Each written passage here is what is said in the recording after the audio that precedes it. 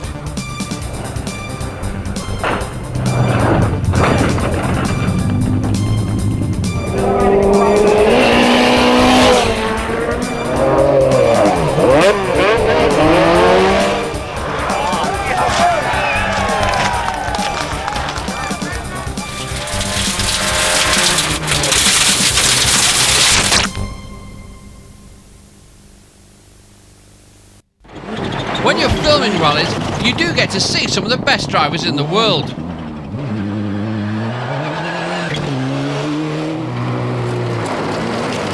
And some of the worst.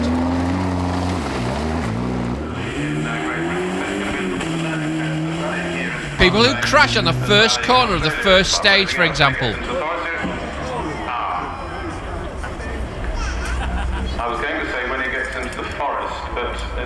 Much to the frustration of their co-driver. And it's more often than not that the damage is on the co-driver's side. And if there's a tricky job to do, well, someone's got to drive. But at least it's the driver who usually makes the more obvious mistakes, and then with the media looking on, proceeds to make a right fool of himself. I wonder if he's passed his driving test.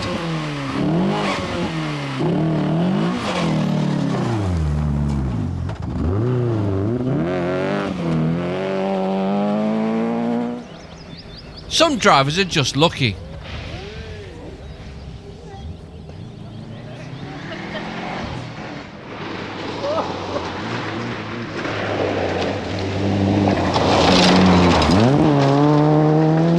But some are just unlucky.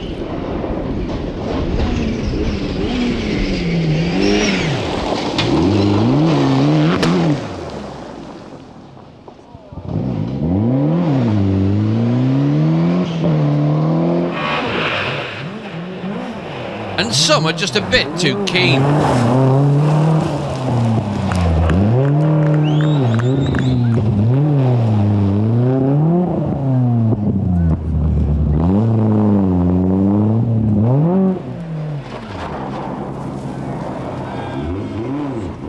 The dust and gravel catches a cruise out here in Ireland. But how much closer could you get to the wall without hitting it?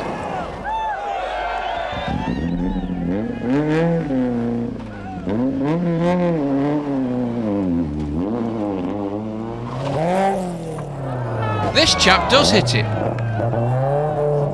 And he's not happy, nearly doing more damage to the spectators than he's done to the car.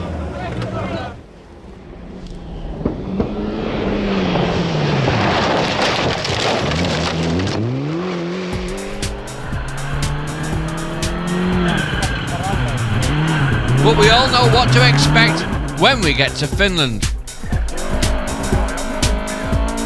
Of course, a few people make it look easy.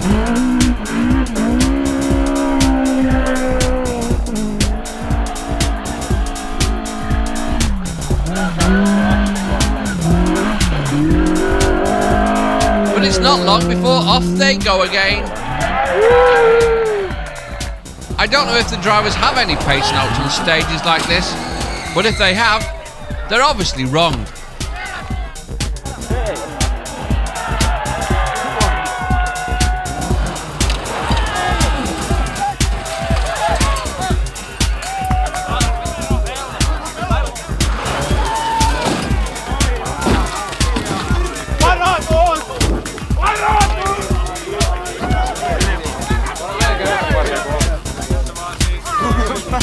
Tätä etuputkilla varustetaan. Minkä takia sitä sinne työntää, kun se tuolta työntää?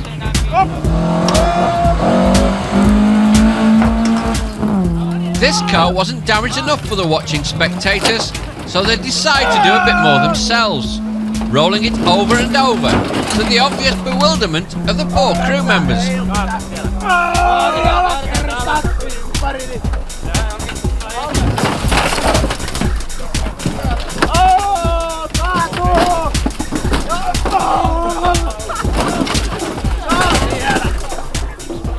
Rallying at night is a great experience. There's nothing to distract you and you're cocooned in your own little world. Although it can get a bit violent in there at times. A bit like being outside a pub late on a Saturday night.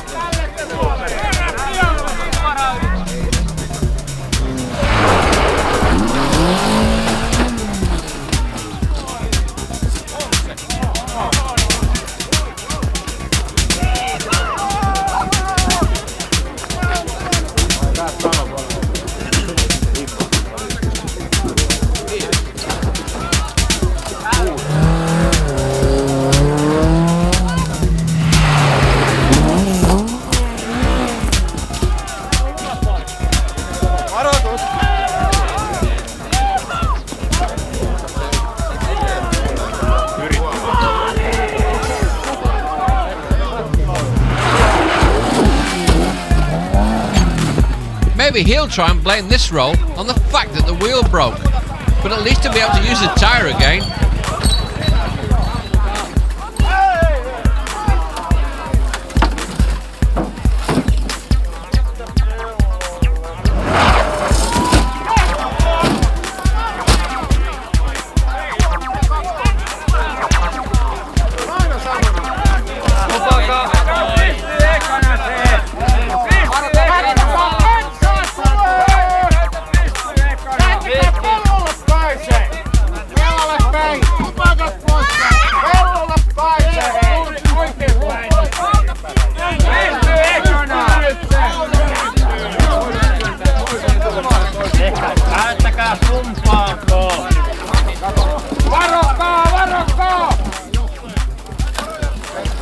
The lights on rallycars nowadays are so good that it's easy to see up to half a mile ahead, but they don't help you over hidden dips and crests, which is probably what is catching out most people here.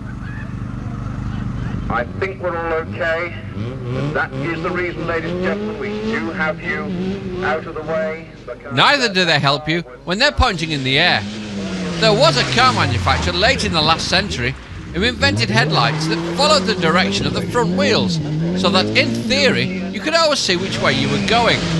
However, these were no use at all when the car went rallying, because as soon as the car went onto opposite lock, the lights were pointing in completely the wrong direction. Of course, it's not only in the dark that you can make a complete mess of things. This is Otterburn, one of the most frightening areas of rally country in the UK. Bad enough when it's dry, but even worse when it's wet. Still, this is nothing more than a harmless, gentle spin down a bank. But how to get back up again? This little front-wheel drive car on tarmac tyres on wet, slippy grass hasn't got much chance really, especially with a bit of a ditch in front. Following crews pass by as a few straggly spectators come to their aid, but it's still going nowhere.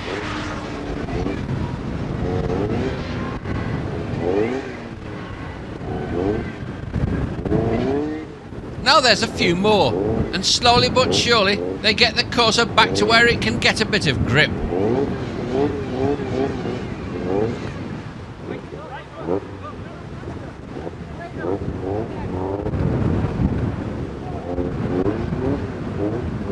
And off they go back up the steep incline. Hard work for all concerned.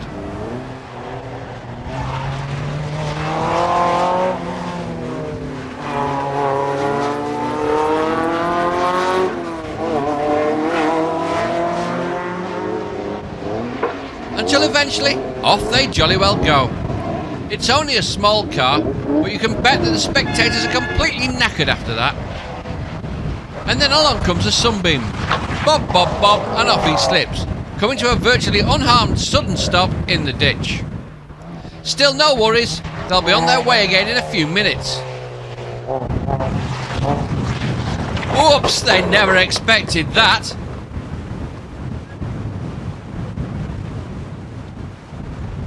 The little car bobbing from side to side is a little bit stuck at the moment, but after a bit of push and shove from the spectators, it gets a bit more stuck.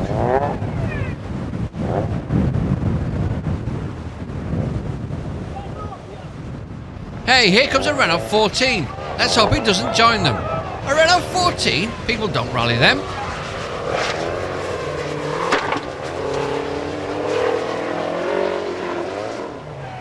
At last the Metro is free, with, just like the Corsa, neither driver nor co-driver having even got out of the car to help. Maybe they've been watching Richard Burns on the telly. Anyway, off they go again, mission accomplished. Well, thanks for watching so far. Join us again after the break.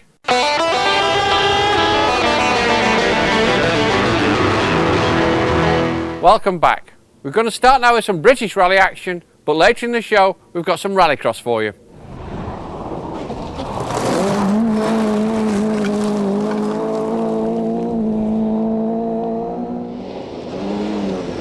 If you go and watch any rally nowadays, it's amazing just how many cars there are still rallying that were originally built over 25 years ago. The Mark II Escort was launched in 1975, and yet many drivers still have their first rally experience in such a car.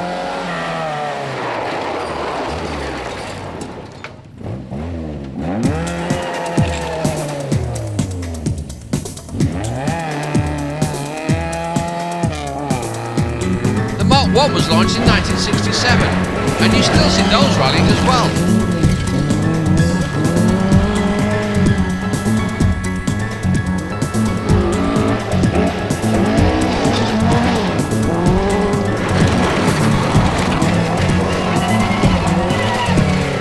The thing is, these cars are nearly all rear-wheel drive, and they do provide plenty of excitement for both the competing crews and the watching spectators. With action like this.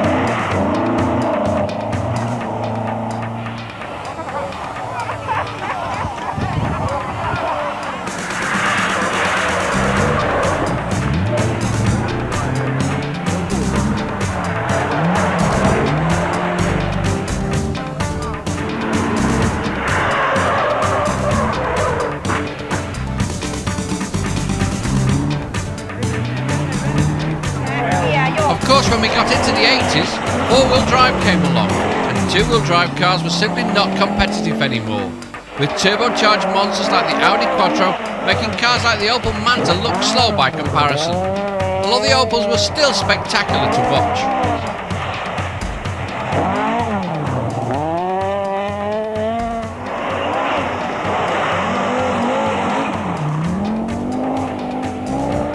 Drivers in old Mark II Escorts had to try really hard just to keep up.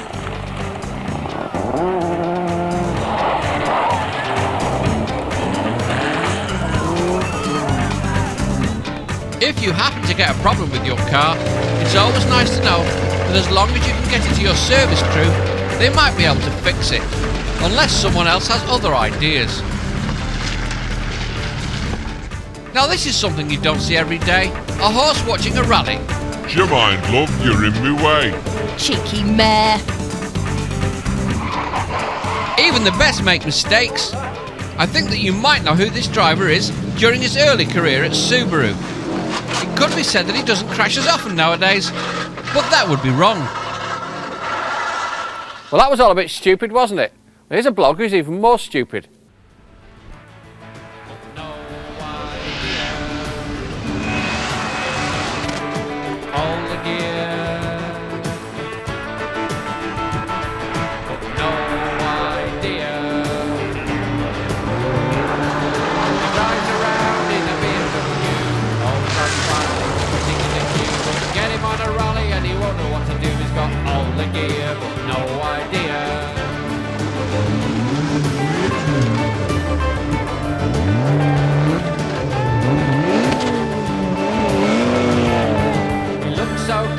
Ready to play, train so hard into every day. Would you bring it for your team? No, no bloody way. Got all the gear, no idea.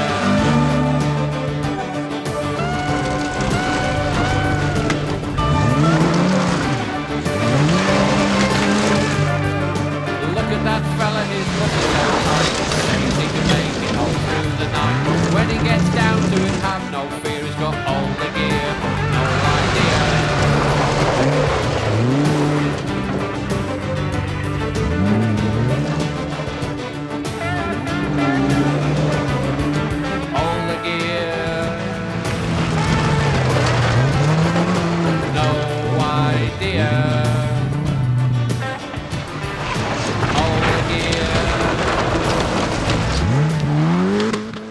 And now for a part of the show I know you all look forward to. It's our Rallycross section.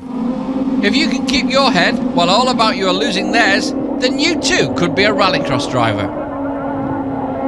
Although how each race isn't followed by an impromptu boxing match is a bit hard to understand. All I know is that some of the driving that we see would try the patience of a saint.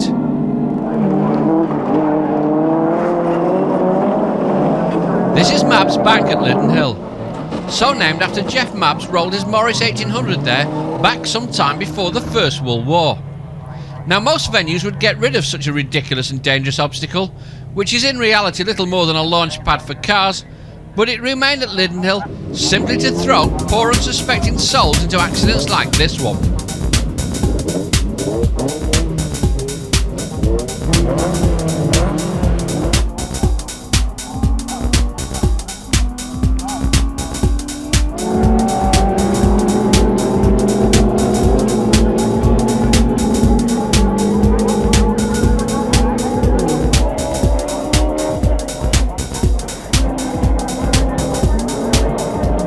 3 wheels on my wagon, and I'm still rolling along, but not for long.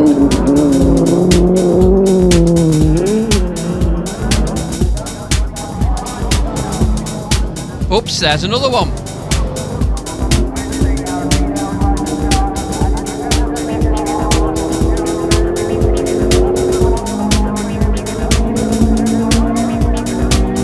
This is a fairly big crash, but as is usual, if the car has a good roll cage, the driver gets out unharmed. It's just that the car is giving a good impression of a dead beetle. Once again, the red flag is out, but the driver is okay. It would be difficult to say here whether the blue Mini just crashes into the yellow one, or whether the yellow one was having an accident all of his own. Maybe he was trying to take avoiding action, but whatever, off he goes.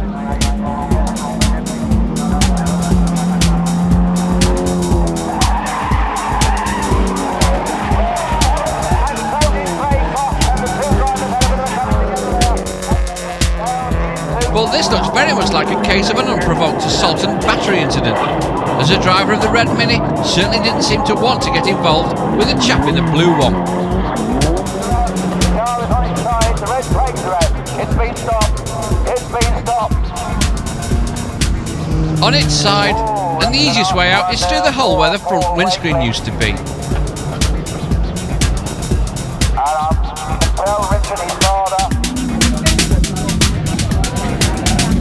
And here's another case of the fighter being bit. Two Novas, both chomping away at their leads, and then in the middle of trying to push off the guy in front, off goes the second car. And the marshals, it has to be said, were very, very lucky here, as it looks as if one of them actually stops to pick up his yellow flag. Now it's time for this week's Top 10.